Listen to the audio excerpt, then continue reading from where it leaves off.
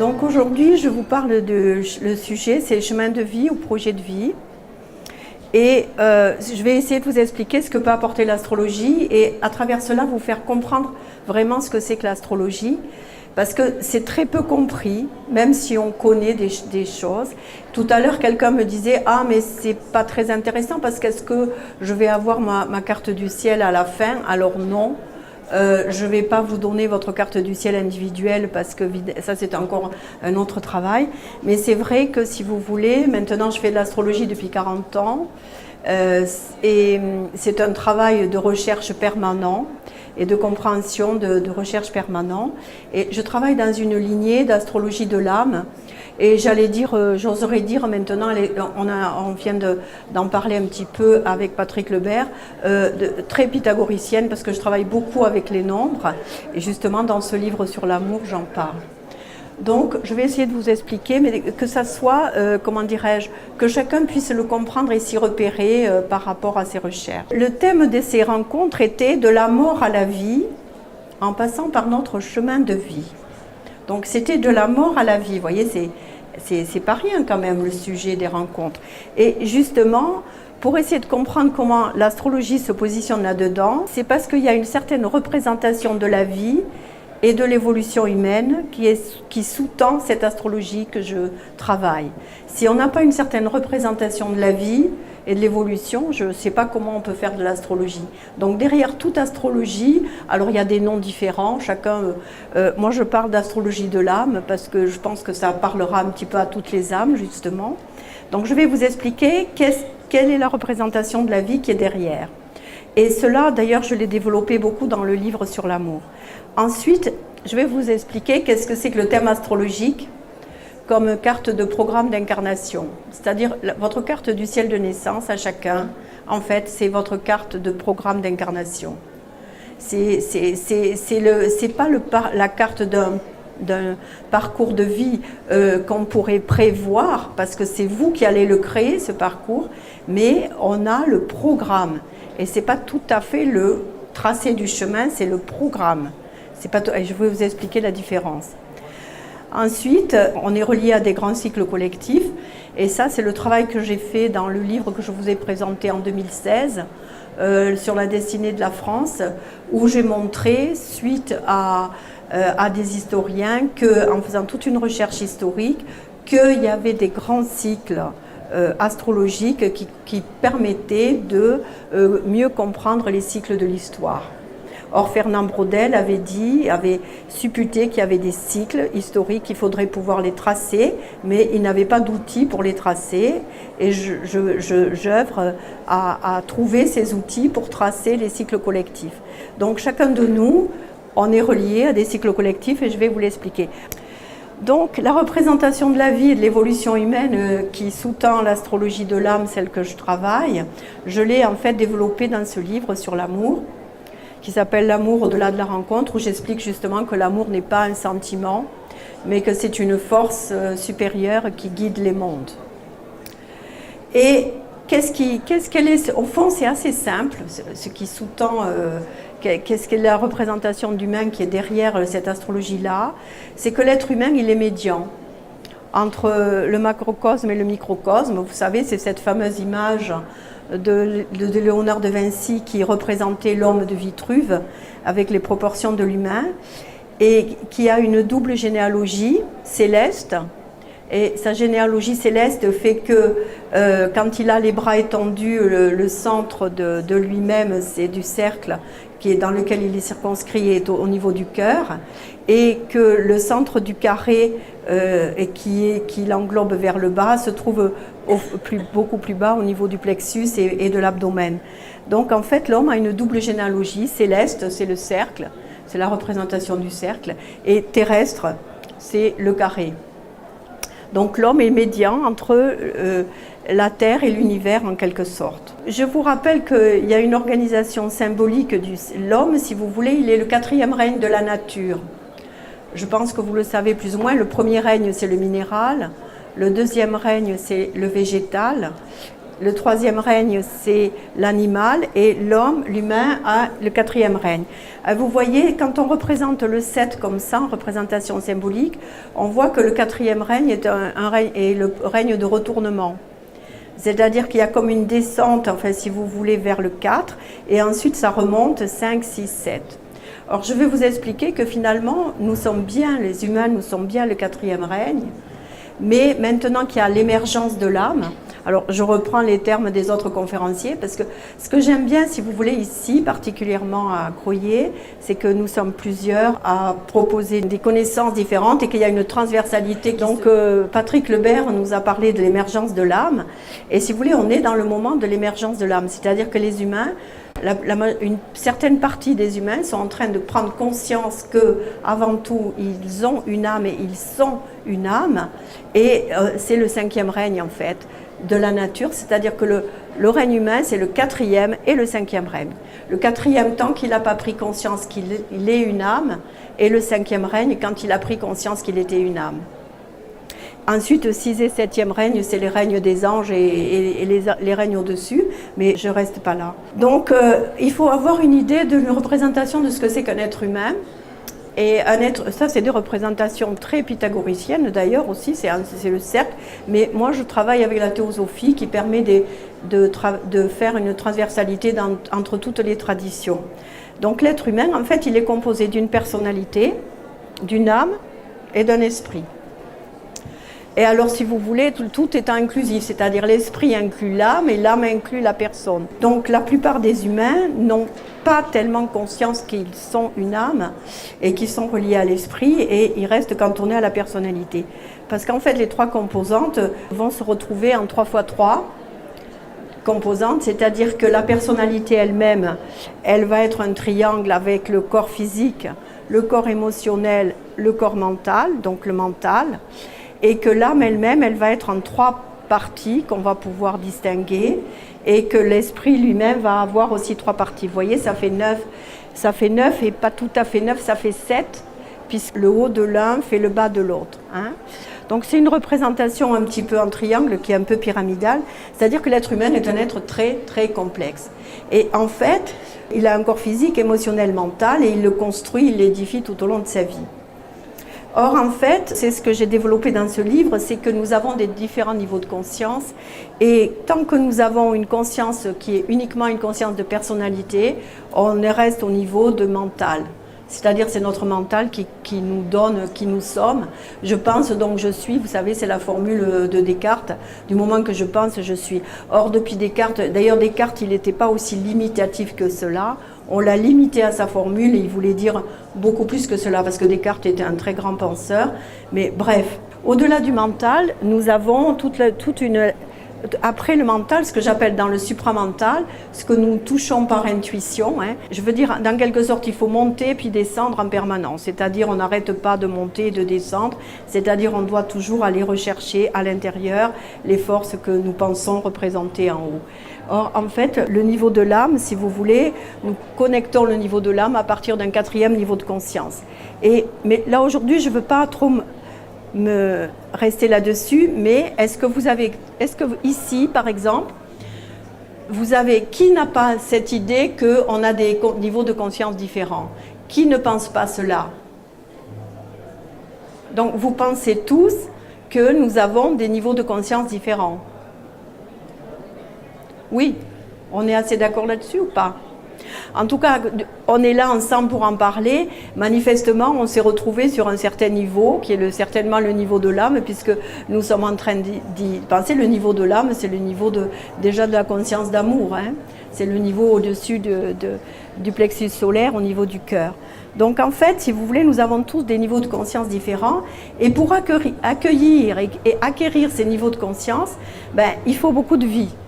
Donc la représentation, si vous voulez, que l'astrologie se fait de la vie, c'est que l'évolution se fait dans une dynamique polaire, c'est-à-dire c'est toujours face à des difficultés à surmonter, à transformer. Et donc l'être humain, il est dans une dynamique entre un haut et un bas, il est cosmo-biologique, il est fils du ciel et de la terre, il est pris dans cette dynamique. Et en fait, il faut savoir que la tradition nous dit que l'être humain s'incarne de vie en vie. Et dans chaque vie, il acquiert un niveau de conscience différent, ou bien il stagne au même niveau de conscience, mais il vient s'incarner périodiquement, c'est l'âme vient s'incarner périodiquement pour acquérir une conscience différente. Et la tradition nous dit qu'il faut 700 vies pour s'éveiller à la conscience de l'âme. Alors, je veux dire, c'est symbolique, hein. Je n'ai pas le temps de vous expliquer pourquoi c'est symbolique. C'est-à-dire que pendant ses premières vies, l'être humain, il a d'abord qu'une conscience physique, puis peu à peu émotionnelle, puis peu à peu mentale. Il construit son mental. Et puis, au bout de 700 vies, à travers différentes épreuves, il s'éveille à la conscience de l'âme. Or, si vous êtes là aujourd'hui, manifestement, c'est que vous avez déjà beaucoup cheminé. Parce que pour parler de l'âme, il faut déjà avoir traversé symboliquement, il y en a qui comprennent plus vite que d'autres, hein, mais d'autres qui préfèrent traîner un petit peu, musarder sur le chemin. Mais au bout de la conscience de l'âme s'acquiert, au bout de 700 vies, ensuite on passe dans une autre proportion. C'est-à-dire que plus la conscience s'élève, moins on est obligé de s'incarner. C'est intéressant, non? Donc quand on arrive au niveau de la conscience de l'âme, on aurait 70 vies seulement. Et ensuite, quand on est à la conscience de l'amour inconditionnel au niveau de l'esprit, on n'a plus que cette vie à passer avant de rejoindre les règnes supérieurs. Donc voilà la représentation. Donc quand on fait de l'astrologie, on sait qu'un être humain va s'incarner avec un niveau de conscience particulier. Sur un tableau, si vous voulez, je sais à peu près à quel niveau, enfin, selon ce que les êtres disent, à quel niveau ils sont. Si quelqu'un a une conscience tout le temps dans le jugement et dans le mental, c'est qu'il est dans le mental.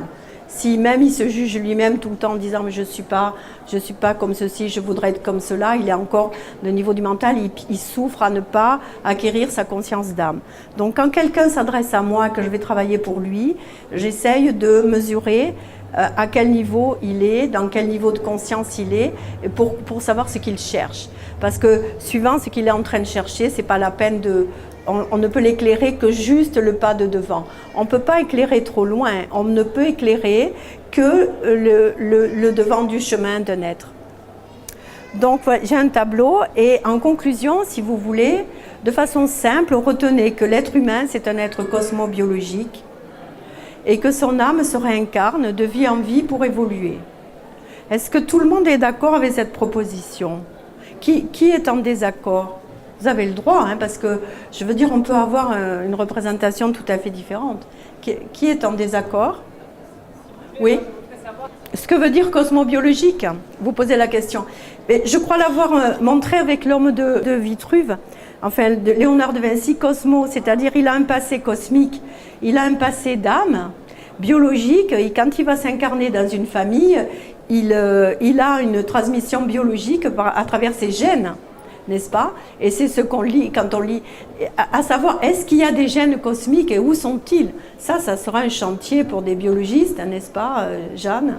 Et pour les physiciens, c'est-à-dire que où se trouvent les gènes cosmiques?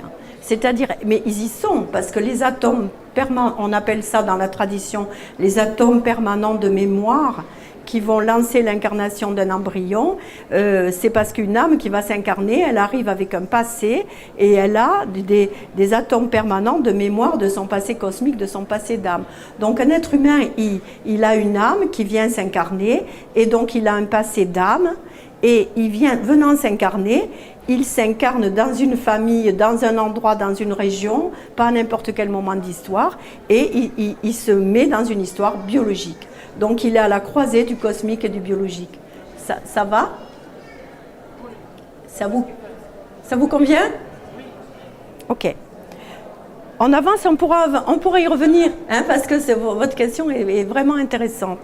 Donc on ne s'incarne pas par hasard à tel endroit, dans telle famille, ou dans tel moment d'histoire.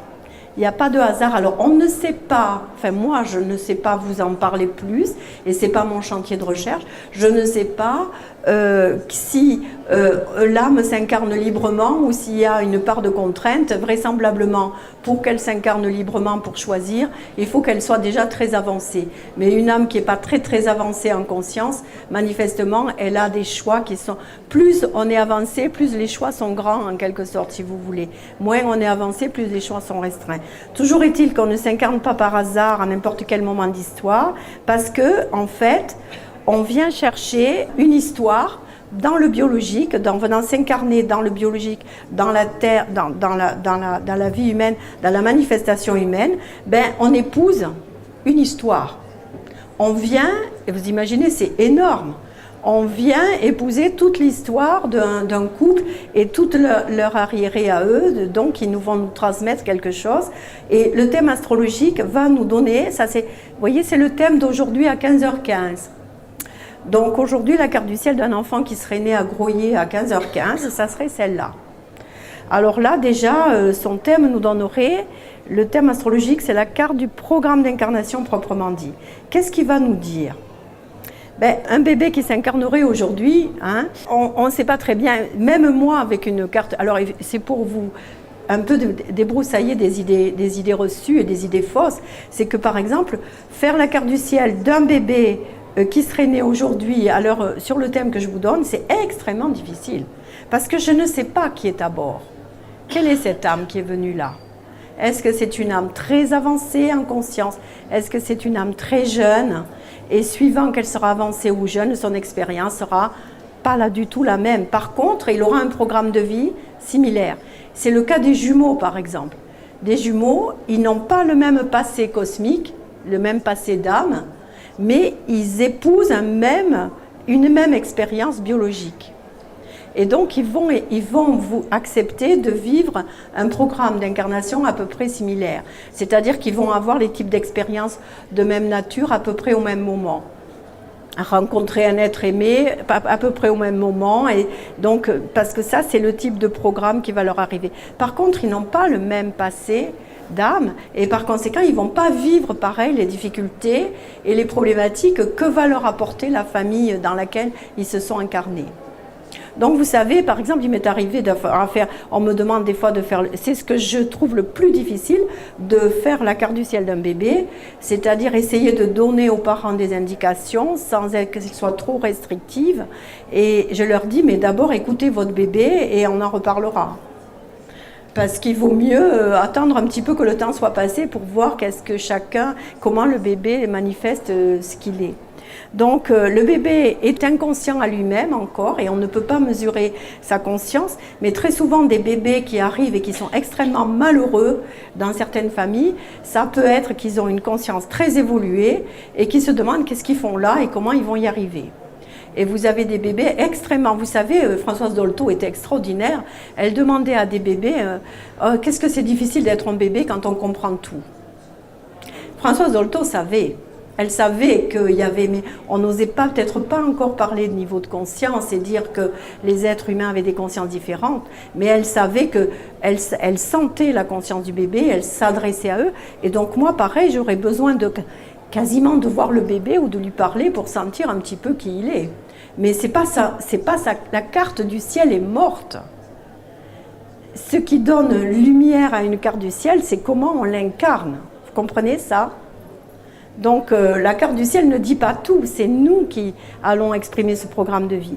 Donc qui est à bord? Le bébé, il est encore inconscient lui-même et on va le découvrir à mesure.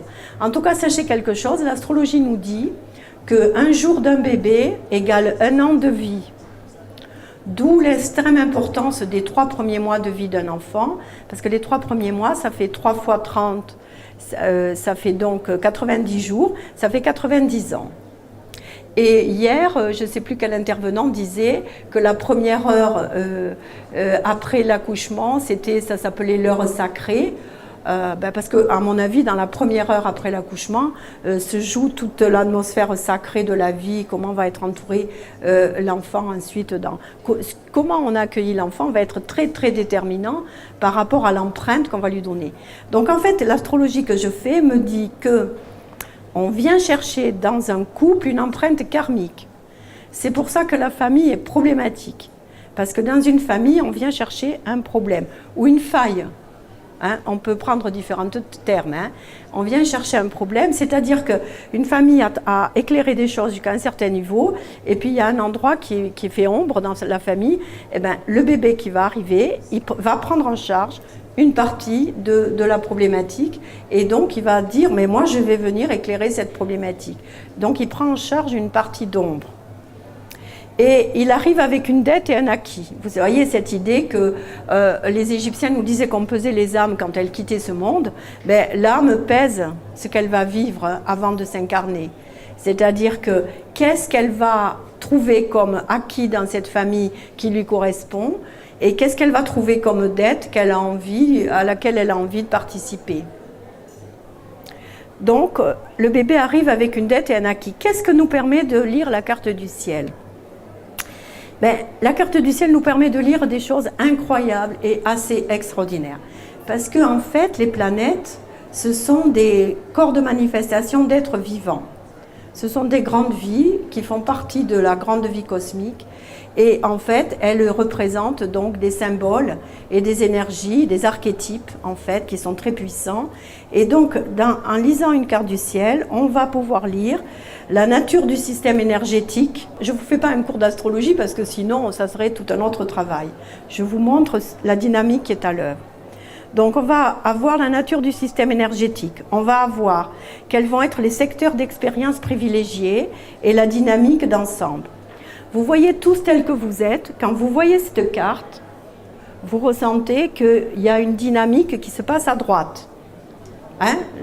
La partie gauche est vide et la partie droite est pleine. Et puis, il y a comme un jaillissement entre le bas et le haut, n'est-ce pas? Il y a quelque chose, il y a une dynamique. Bon. En fait, la partie droite représente les autres et la partie gauche représente soi-même. Et bien là, un bébé qui naîtrait, et d'ailleurs ça parle bien de ce qu'on vit cet après-midi, c'est-à-dire on fait une expérience en commun, à plusieurs, et si tout était du côté droit, ben j'irais écrire un livre dans mon coin et je travaillerais. Mais aujourd'hui, je suis avec vous et je transmets, et nous sommes ensemble, donc on est du côté de l'échange et de la communication entre êtres humains. Donc pour vous montrer déjà, de façon très simple, il y a une dynamique que quiconque peut ressentir d'une certaine manière. Ensuite, il y a une problématique karmique. Dans un thème, on va pouvoir lire une problématique karmique et les aspirations et les idéaux de quelqu'un. Donc la problématique karmique ou la faille, enfin moi j'appelle ça une problématique karmique parce que justement, là, par exemple, la problématique karmique, c'est-à-dire en ce moment, on a une problématique karmique collective. On essaye, si vous voulez, de se sortir d'un système dans lequel on est tous épuisés. Voilà où on en est collectivement. On est tous épuisés. La planète est épuisée physiquement et les humains sont épuisés psychiquement. Donc il faut qu'on trouve un système de collectif, d'échange et une dynamique nouvelle qui cesse d'épuiser la planète et les humains.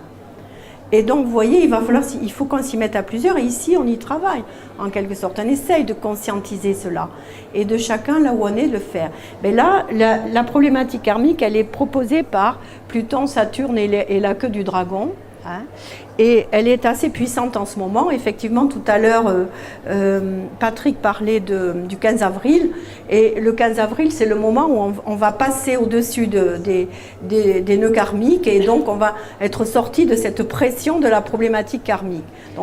Donc voilà pourquoi il parlait du 15 avril. Mais je ne sais pas si vous vous sentez, mais vous vous sentez un petit peu serré, n'est-ce pas? On se sent éprouvé. Et chacun de nous en est éprouvé dans notre propre vie, là où on a notre faille, évidemment. Hein, parce que chacun de nous, notre faille, c'est l'œuvre qu'on s'est donné de faire. Notre faille, c'est l'ombre qu'on a décidé d'éclairer. Mais là, Pluton nous parle du collectif et Saturne également. Donc on a, et là par exemple, un bébé qui serait né à ce moment-là, sa problématique, il la porterait dans le corps, parce que c'est la maison 6 et c'est le corps. Donc vous voyez, l'astrologie nous permet de positionner assez précisément que la problématique karmique va être là. Mais pour savoir comment va, en quelque sorte, s'imprimer sa faille, c'est-à-dire l'empreinte qui va lui être la sienne, il va falloir poser des questions à la famille ou alors ensuite à un adulte qui aurait ce thème-là, on lui dirait « Mais qu'est-ce qui vous est arrivé à telle époque ?» Par exemple, le 15 avril, là, va être dans 15 jours, un peu plus, dans 3 semaines. Donc, je veux dire, la faille, c'est quand on pose la question aux individus, qu'est-ce qui vous est arrivé? Qu'est-ce qui s'est passé à ce moment-là? Comment vous êtes arrivé dans ce monde? Qu'est-ce qui se passait dans votre famille? Vous voyez? Mais là, manifestement, un bébé qui serait né là, le prendrait dans son corps très vite, donc il porterait, par exemple, il le sortirait par une maladie qui permettrait à tout le monde, et à lui d'ailleurs, cette problématique fera avancer le schmilblick, si je peux dire. Vous voyez ce que je veux dire? C'est-à-dire la recherche collective. Donc, une carte du ciel nous permet de voir les forces et les dynamiques qui sont à l'œuvre pour transformer et évoluer. Parce que face à la problématique karmique, nous avons beaucoup d'atouts, nous avons beaucoup d'aides. Si vous voulez, il y a 2 types de planètes, 3 types de planètes. Il y a des planètes qui nous chargent et qui nous font tout le temps dérailler pour que justement on n'oublie pas notre programme de vie. Parce que quand on retombe dans notre problématique, c'est parce qu'on l'avait oublié. Donc pour qu'on y revienne. Et puis il y a des planètes qui nous éclairent, qui nous illuminent, qui nous donnent des indications, qui nous soutiennent, qui nous sauvent. Et ça se manifeste souvent par des êtres, parce que les planètes, elles vont se manifester par quelqu'un. La faille, elle vient toujours par quelqu'un qui vous fait la réflexion, qui vous fait mal. La personne, elle ne veut pas vous faire mal. Mais il se trouve qu'elle arrive énergétiquement au bon moment pour vous dire hey, « oh, ta petite faille, là, tu t'en es pas occupé. Hein. Il va falloir que tu y reviennes un petit peu. » Et donc, et puis quelqu'un d'autre va être là pour vous donner la main, vous dire « Calme-toi, c'est pas grave. C'était juste un petit moment pour te rappeler ta faille. » Donc, vous voyez, on a tout ça en nous et on peut le lire dans le thème. Donc, face à quelqu'un qui a ce thème-là, moi, je l'aide à comprendre sa problématique karmique, à voir comment elle s'est incarnée dans sa famille, comment elle s'est incarnée dans sa vie, et quelles sont les forces et les dynamiques à l'œuvre pour justement éclairer ces zones d'ombre qu'il a pris comme programme à éclairer. Et nous avons quelque chose qui est absolument fine, parce que la psychologie fait tout ça. Tout ce que je vous dis là, c'est de la psychologie élémentaire. D'une certaine manière. C'est-à-dire quand on a compris, Jung l'a très bien montré, quand on a compris l'ombre, ben, il faut quand même la traverser. Mais ce qui manque à la psychologie, et il y a des psychologues, des psychanalystes, des psychiatres qui m'envoient des êtres parce qu'eux ne connaissent pas les étapes d'évolution. J'ai des amis psychologues qui me disent « Est-ce que tu peux essayer de lui dire quand est-ce qu'il va se sortir de cette séquence difficile ?» Ben, l'astrologie le permet. C'est-à-dire que l'astrologie va dire, bon là, la séquence, elle va durer tant de temps, l'expérience va durer tant de temps, et ce temps d'expérience, il faut pouvoir l'accueillir, l'accepter, le vivre. En général, quand on sait que ça va bientôt finir, c'est déjà terminé. Vous voyez l'idée? Quand on sait qu'on va s'en sortir, de toute façon, ça va. Donc l'astrologie, non seulement elle est une psychologie, mais elle date les séquences et les moments d'expérience et les différents types d'expériences. Et ça, c'est assez extraordinaire. Donc, vous voyez, si on résume, le bébé, il a un passé d'âme et ça, c'est le plus mystérieux, c'est ce qui est le plus difficile à voir. On le sait par son niveau de conscience.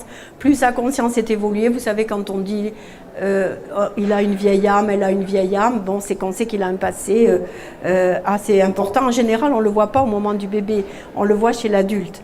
Et il y a un passé transgénérationnel. Alors l'enfant construit sa personnalité, n'est-ce pas? Et peu à peu, et son chemin se dessine sur la trace des siens. Au début, jusqu'à 7 ans, l'enfant, il n'a pas retrouvé son âme.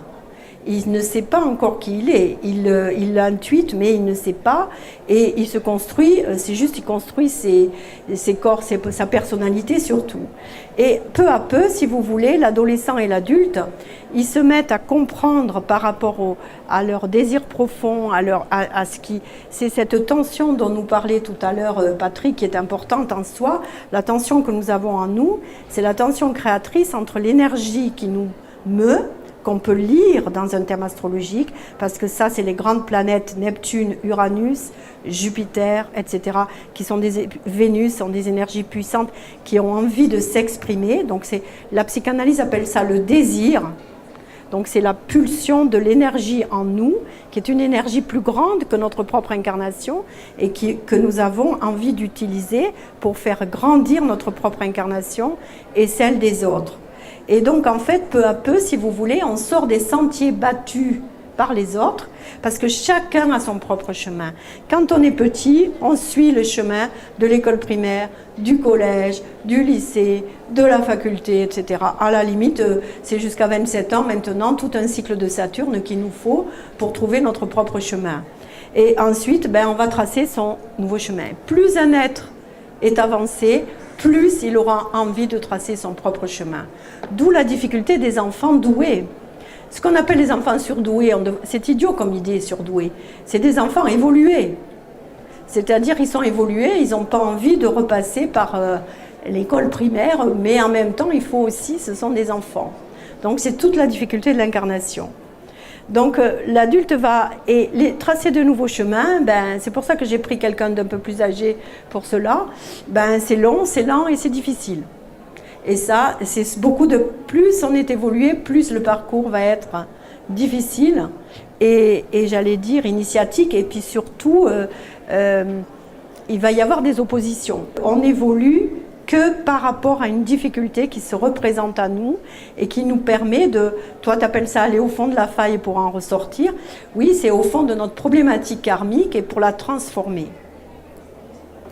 Donc, l'astrologue, il va pouvoir accompagner l'être sur son chemin de vie, mais en aucun cas ne savoir comment il va se manifester sa vie.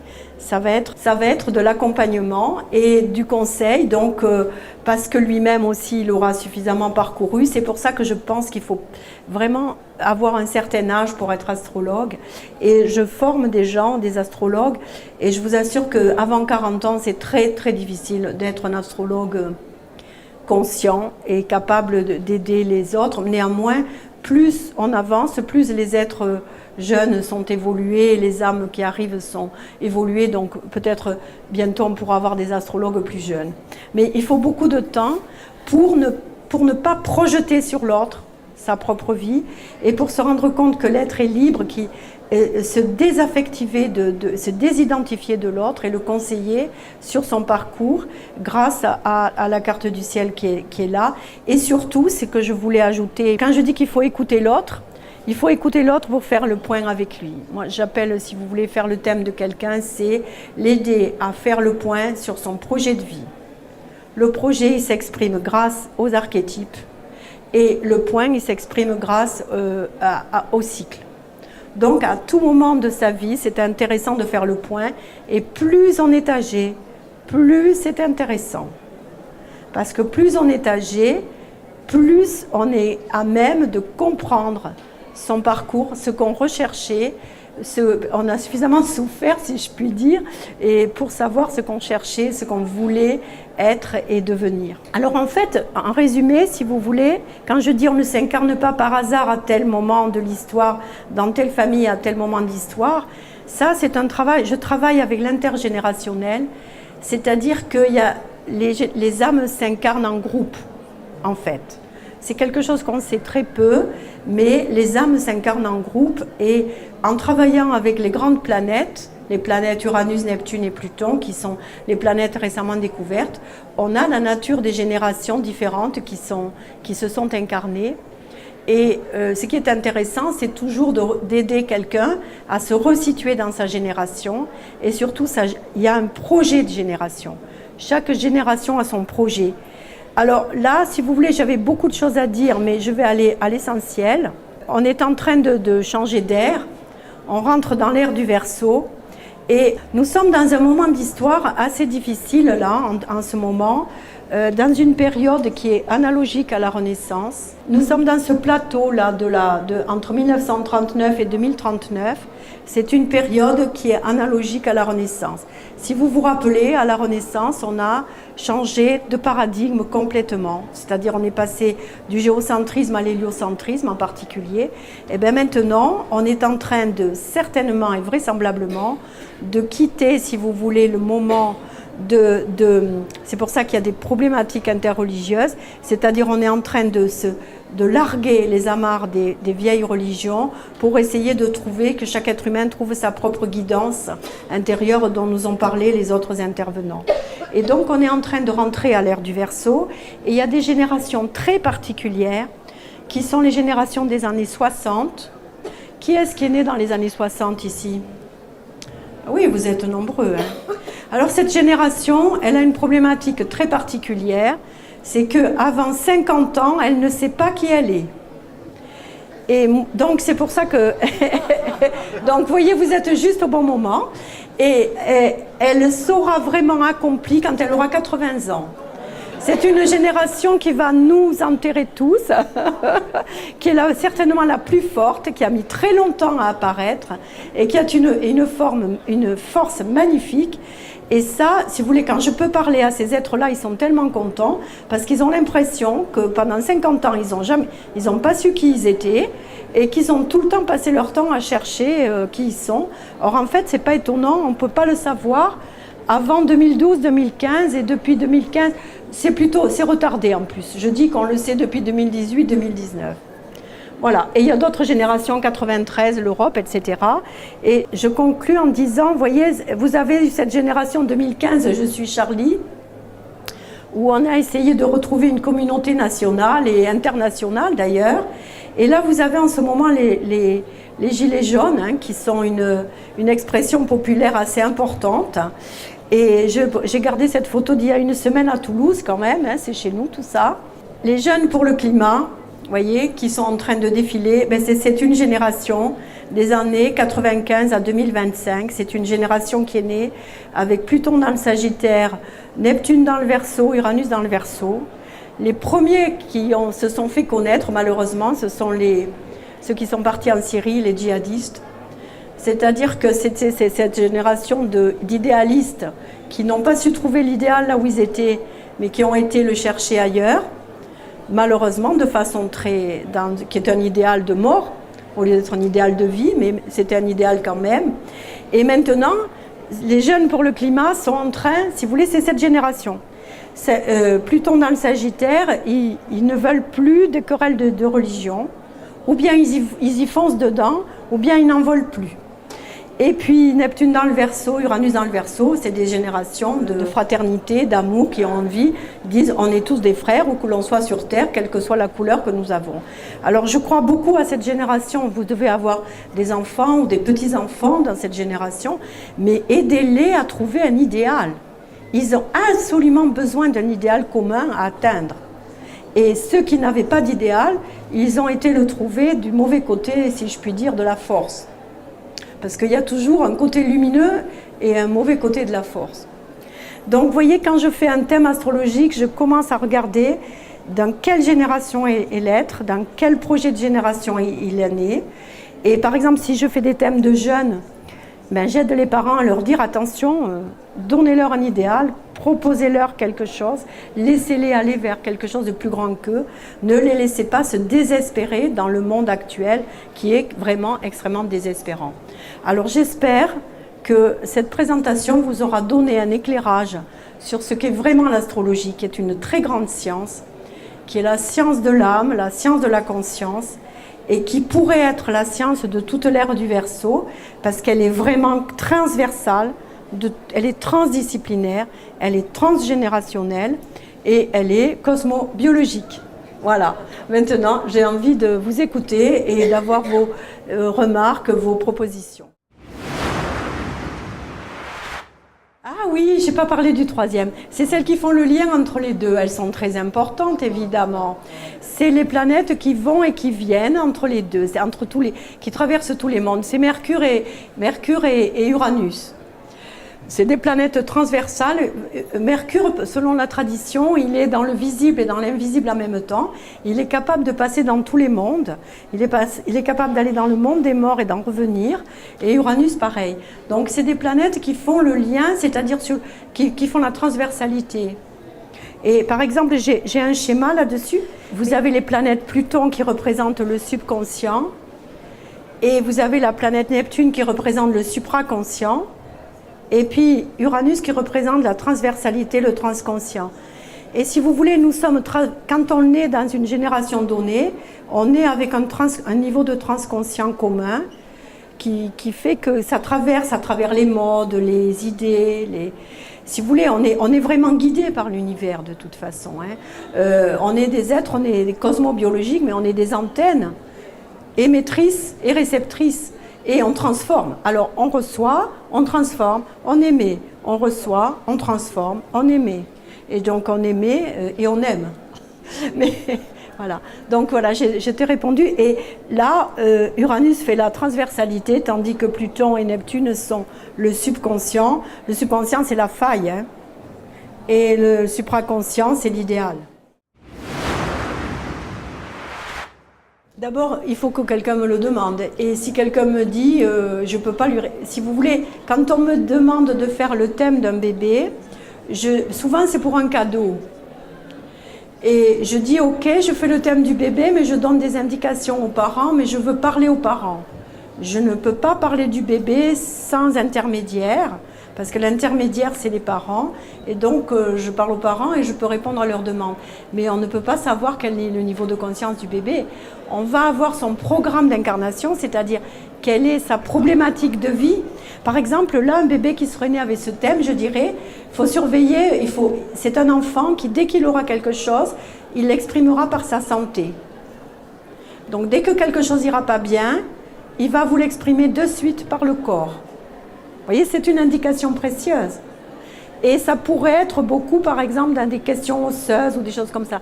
Donc, je peux donner quelques indications, mais je fais très attention de ne pas donner des indications qui empêcheraient le lien essentiel entre les parents et l'enfant. Et je leur dis, c'est à vous d'écouter votre enfant, écoutez l'âme qu'il est et qu'est-ce qu'il essaye de dire.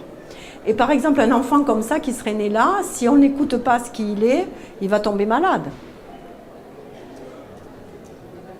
Mais je ne peux pas le dire comme ça. C'est votre âme qui vous a dit, qui vous l'a dit. Mais si vous voulez, on le sent. C'est-à-dire le bébé, quand on le voit, on le sent. On regarde ses yeux, on sent. Mais pour le moment, pour un bébé, on ne peut pas s'adresser, sauf Françoise Dolto, parce qu'elle s'adressait au bébé. Donc elle lui parlait, elle disait, c'est un bébé qui va se mettre à pleurer toutes les nuits, alors qu'on va lui faire tous les examens, on ne va rien lui trouver. Il a une problématique d'âme. Il y a quelque chose qui ne va pas, il se sent malheureux, il est perdu, il ne sait pas où il est, qu'est-ce qu'il fait là. Il faut lui parler. Dolto, il savait faire. Il y a toujours un problème quelque part, de toute façon. Donc, où il va être à la naissance, où il va être après, parce que la problématique de l'incarnation proprement dit est une problématique. C'est-à-dire une âme qui vient s'incarner, elle vient chercher une problématique. Donc quand il y a un problème à la naissance, il y a un problème à l'origine. Mais quelquefois, le problème, il remonte avant l'origine. Hier, on nous a bien expliqué qu'il pouvait y avoir une naissance parfaite, tout se passe bien, mais il y a des choses imprimées qui ne sont pas forcément très, très, très bonnes. Donc votre question, elle n'est pas tellement à l'astrologie. Par exemple, là, le thème là qu'on a vu, ça pourrait être, par exemple, le médecin qui décide qu'il vaut mieux une césarienne plutôt que risquer quelque chose, donc il va précipiter, et l'âme sera mécontente parce qu'on sera venu la faire venir avant de ce qu'elle avait programmé, et elle va le somatiser dans son corps, par exemple. Mais ça, je ne peux pas le savoir à l'avance, je ne suis pas Dieu.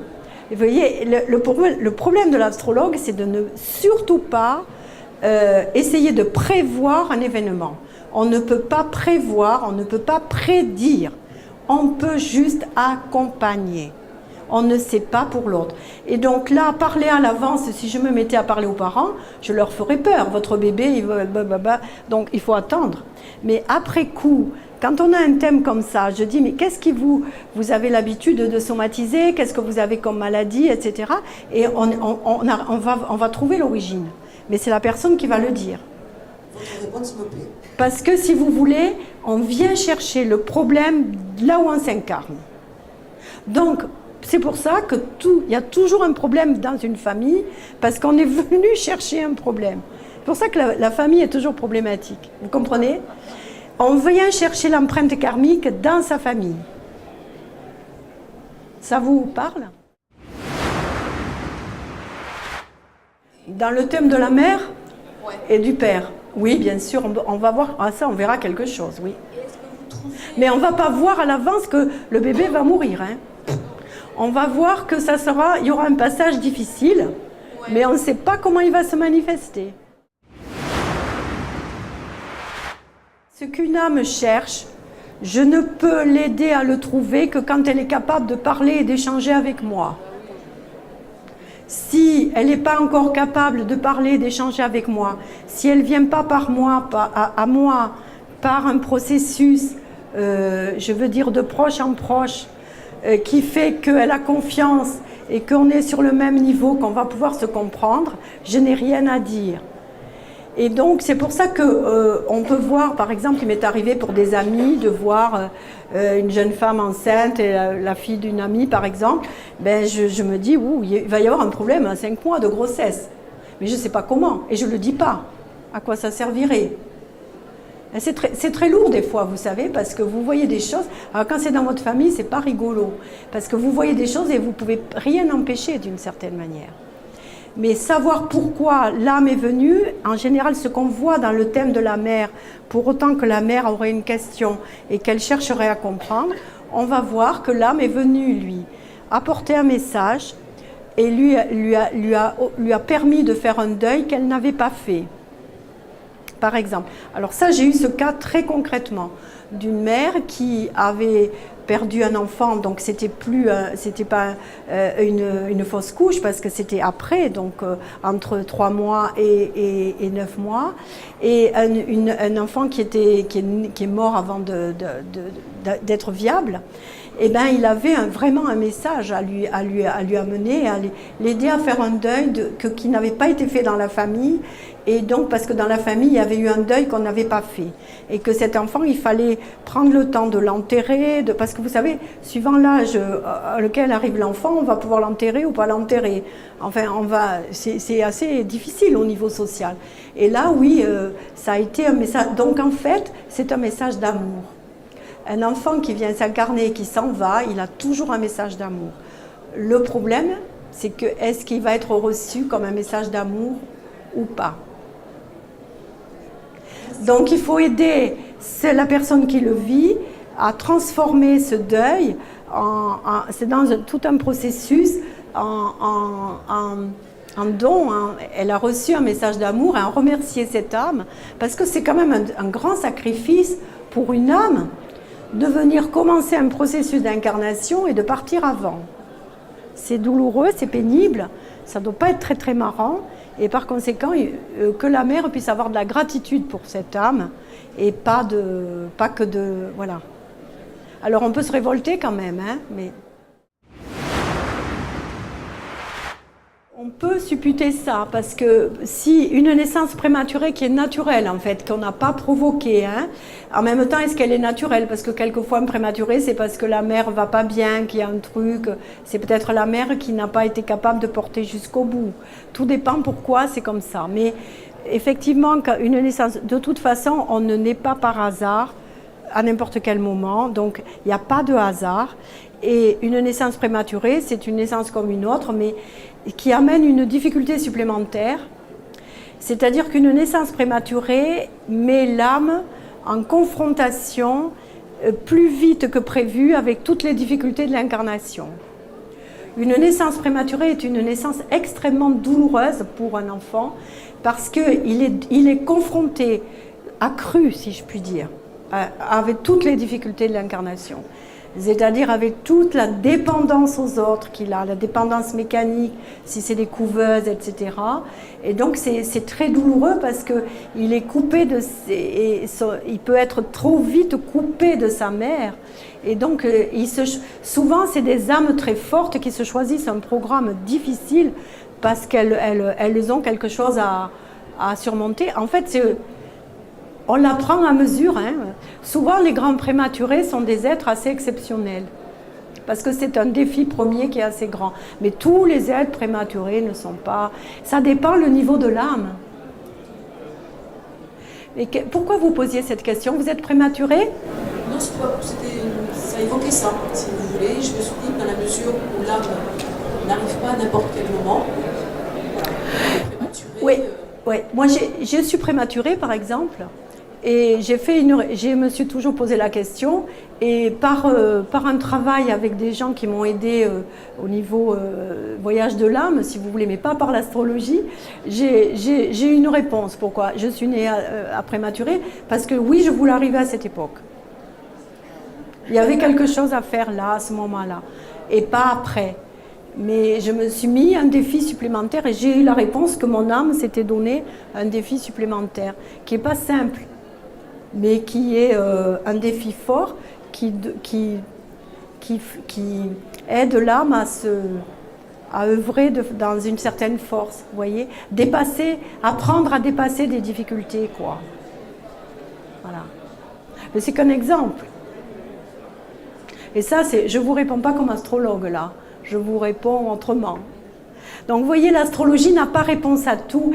Et c'est pour ça que, si vous voulez, moi, ce qui m'agace souvent, c'est des êtres qui vous amènent un truc et qui vous disent « moi, j'ai réponse à tout ». Et si vous voulez, moi, avec l'astrologie, j'ai vraiment pas réponse à tout. Mais ce qui est intéressant, c'est que on a réponse à certaines choses et tout est complémentaire. C'est-à-dire que l'astrologie est très très complémentaire à tout travail sur l'âme et sur l'évolution, parce qu'elle permet de donner les jalons des différents âges de la vie, et elle permet de dater des confrontations et des problématiques importantes. Vous voyez? Et ça, c'est inestimable, parce que les psychologues n'ont pas cet outil. Et même les voyants, vous voyez, je travaille aussi des fois avec des voyants, ils voient un problème, mais ils ne savent pas quand il va se manifester.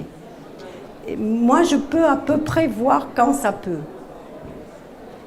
Disons, quand il y a voilà, quand il peut y avoir mais en même temps, c'est pas intéressant de savoir. Si vous voulez, quelqu'un qui vous dit je vois un accident, et si vous lui donnez la date, je ne sais pas si ça va l'aider à ne pas avoir d'accident, parce qu'il va rester chez lui et puis quelque chose va lui tomber sur la tête. Hein.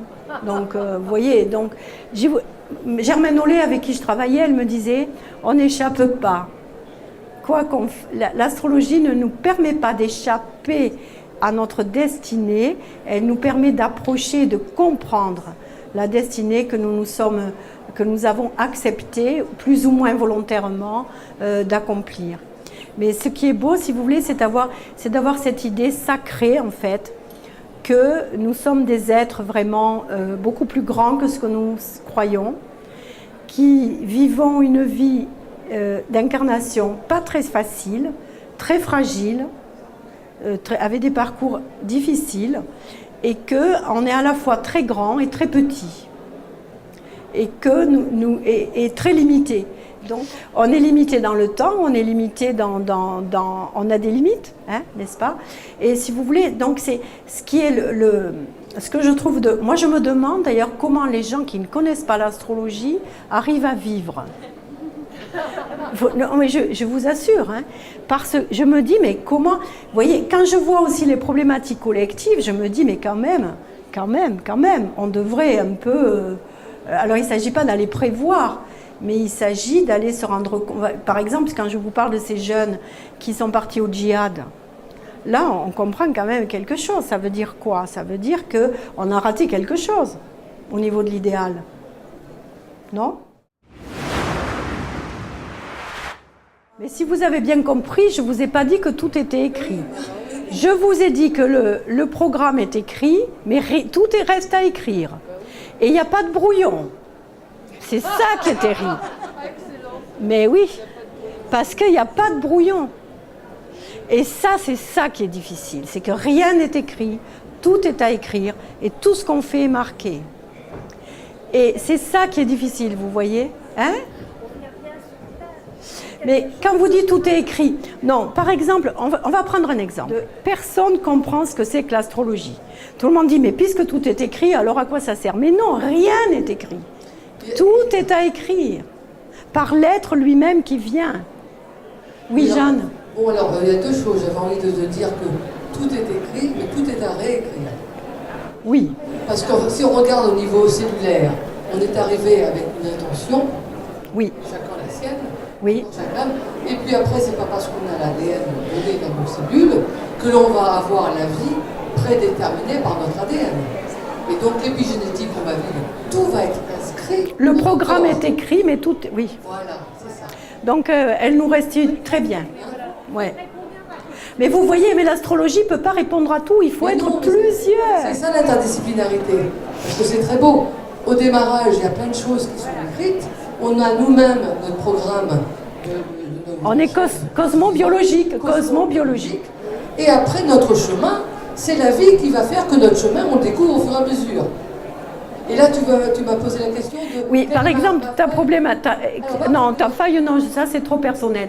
Mais ta problématique de vie.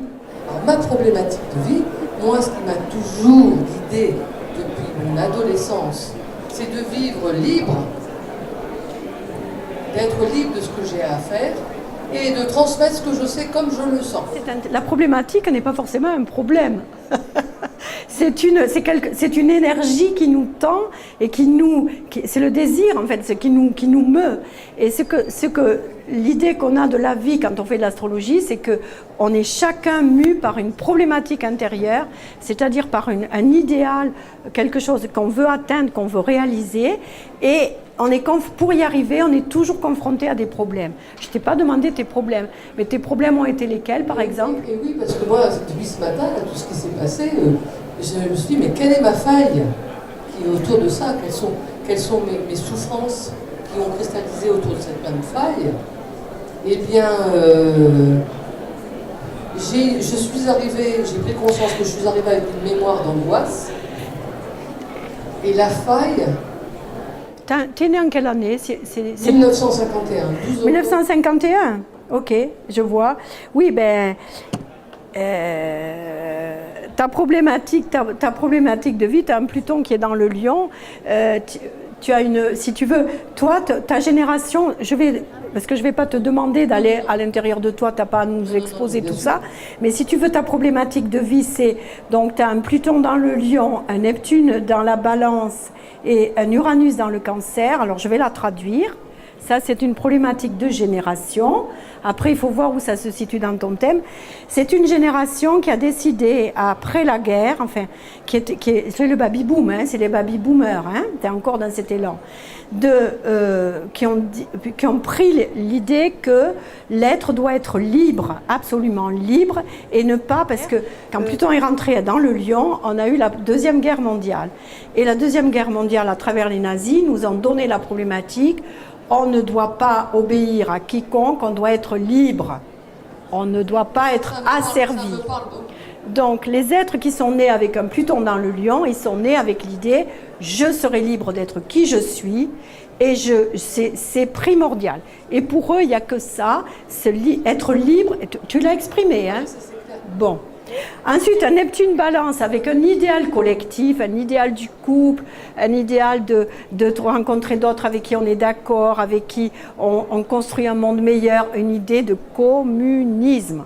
Pas au sens d'une idéologie, mais au sens du commun. Donc, créer des lois communes. Donc, tu l'as mis. Qu'est-ce qui est commun? Tu l'as travaillé dans ta science. Et Uranus dans le Cancer... Ben, c'est au cœur de la cellule. Hein. Le cancer, c'est le bios, c'est ce qui est vivant, c'est ce qui est... Le signe du cancer, c'est le signe de la naissance. Donc, c'est le signe... Tu vois, donc, ta problématique, elle est inscrite déjà dans le ciel. C'est beau, hein. Ça, c'est ton projet d'âme. Ah, je pense que je suis complètement dans ma mission d'âme. Mais je le pense, hein. Ah oui, et on te remercie parce que tu aides beaucoup les autres en étant dans ta mission, parce que chaque fois que quelqu'un accomplit sa mission, il aide les autres à accomplir la leur. Parce que la vie, c'est un puzzle, et si chacun de nous se met à sa place et accomplit sa mission, les autres vont pouvoir venir se caler contre lui. En principe, si vous voulez, on le voit. On le voit en ce moment, par exemple, sur un thème astral, on le voit, on le retrouve, hein, parce que tout se retrouve. On ne naît pas par hasard à n'importe quel moment, même le fait qu'on va être détourné de son projet par d'autres fait partie du programme. ça n'égale pas. Il faut être beaucoup plus... Par contre, quand les gens sont inconscients, parce que quand vous arrivez dans un cadre comme ça, vous avez choisi des parents suffisamment inconscients pour obéir à des injonctions médicales. Donc, si vous avez choisi des parents aussi inconscients, c'est que vous avez besoin d'eux et que vous êtes venu chercher auprès d'eux la faille que vous êtes venu éclairer. Il faut être beaucoup plus fataliste qu'on imagine, parce que sinon, Par contre, quand les gens sont... On le sait bien, quand les gens sont inconscients, ils traversent les problèmes. Mais quand une mère et quand tes parents sont conscients et que malgré tout ils obéissent aux injonctions, là c'est plus problématique. Donc vous voyez, vous comprenez l'idée? Voilà. C'est pour ça que tout est juste. Tout est juste. Dès qu'on a apaisé quelque chose, il y a un problème qui remonte, parce que c'est la dynamique de vie. Et donc, je veux dire, notre propre dynamique fait qu'on va toujours... Mais on retrouve les problématiques pour ne pas s'endormir, mais pas pour être embêté, parce que la vie ne nous veut pas de mal. La vie, elle nous met face à ce qu'on est venu faire. Et elle nous dit, mais dis donc, t'as pas oublié un petit peu un truc, là, toi, tu es venu pour ça, alors moi je te le rappelle, je te le rappelle. Donc elle va trouver d'autres défis, c'est ce qu'on appelle les défis. Quand on est conscient de cela, ça ne se passe pas pareil. Et plus on est conscient et plus on est avancé, les êtres qui sont au niveau de l'esprit, c'est des guides. Vous savez, les guides, il y en a, ils terminent sur une croix ou pas, et c'est pas si facile d'être un guide. Parce que quand on est un guide, on n'est pas reconnu. Voilà. Même les proches ne vous reconnaissent pas. C'est difficile. Donc en fait, si vous voulez, il y a une loi quand même qui est quand on n'est pas dans son système énergétique. Tu as eu la chance, par exemple, toi qui étais évolué, de ne pas avoir été éjecté du CNRS, parce que tu aurais pu, si tu n'avais pas fait attention, être éjecté de ce système qui ne supporte pas qu'on ne pense pas comme lui. Est-ce que tu as de temps en temps senti que c'était tout juste? Eh bien, des fois on est seul. Oui, voilà, on est seul. Voilà. Et j'ai accepté d'être seul. Voilà. Il faut accepter la solitude et se taire et être dans le silence. Et si vous voulez, il y a un système, souvent quand on est dans un emploi qui ne nous convient pas, on est éjecté. Et comme par hasard, mais il n'y a pas de hasard, quoi. C'est que ça ne nous convient pas, c'est plus notre niveau vibratoire, ça ne nous convient plus. Quand on n'aime plus quelqu'un, c'est qu'il ne faut plus vivre avec lui, parce que c'est mort. C'est qu'il n'y a plus de choses à avancer, à évoluer. Voyez? Donc l'indication, c'est l'amour. Quand on aime ce qu'on fait, c'est qu'on est au bon endroit. Quand on n'aime plus ce qu'on fait, on n'est pas au bon endroit. Et quand vous dites notre chemin, parce que vous disiez tout à l'heure... tout est joué, le chemin n'est pas tracé, c'est le programme. C'est-à-dire, c'est comme un jeu de piste. Ah, tu devras répondre à telle question, tu devras faire ceci, tu devras faire cela. Et suivant, vous avancez comme ça, comme ça, comme ça, ou vous prenez un téléphérique, Ce sont nos... Qui c'est qui dit, ce sont nos pas qui tracent le chemin? Antonio Machado. C'est le poète espagnol qui dit, ce sont nos pas qui tracent le chemin. En fait, tous les êtres humains, on trace notre chemin. Notre chemin n'est pas tracé. C'est la génération, si vous voulez, la plus difficile. Parce qu'après la génération glorieuse des 30 glorieuses, le baby-boom est arrivé, les enfants de 68, et dont on a dit, mais les parents n'ont pas su les éduquer, ils font n'importe quoi, ils n'ont pas eu de limite et ils ne se battent pas. Or, ce sont eux les premiers qui ont rencontré le chômage, les difficultés de travail, etc. C'est une génération qui a eu l'impression d'être sacrifiée, avec des parents qui étaient des battants, et eux, ils se sont sentis passifs, parce que c'est une génération féminine. Il y a des générations féminines et d'autres qui sont masculines. Et c'est une génération qui a dit, je ne vais pas changer le monde en allant manifester ou faire des manifestes ou écrire des livres ou ceci, cela. Je vais me transformer moi-même avant de transformer le monde. Est-ce que c'est ce que vous avez fait? Eh bien, bravo, parce que c'est ça qu'il fallait faire.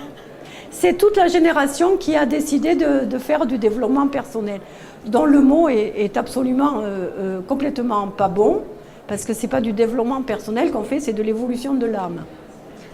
On ne développe pas la personne, on évolue vers l'âme. Mais Vous voyez, donc ça vous parle déjà pour vous, voilà.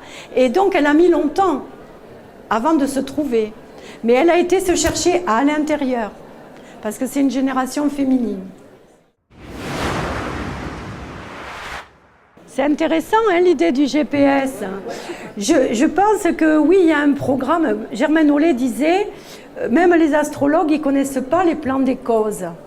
Et moi, j'ai écrit ce livre parce que je me dis, puisque l'astrologie marche, c'est parce que derrière, hein, il y a des lois immuables.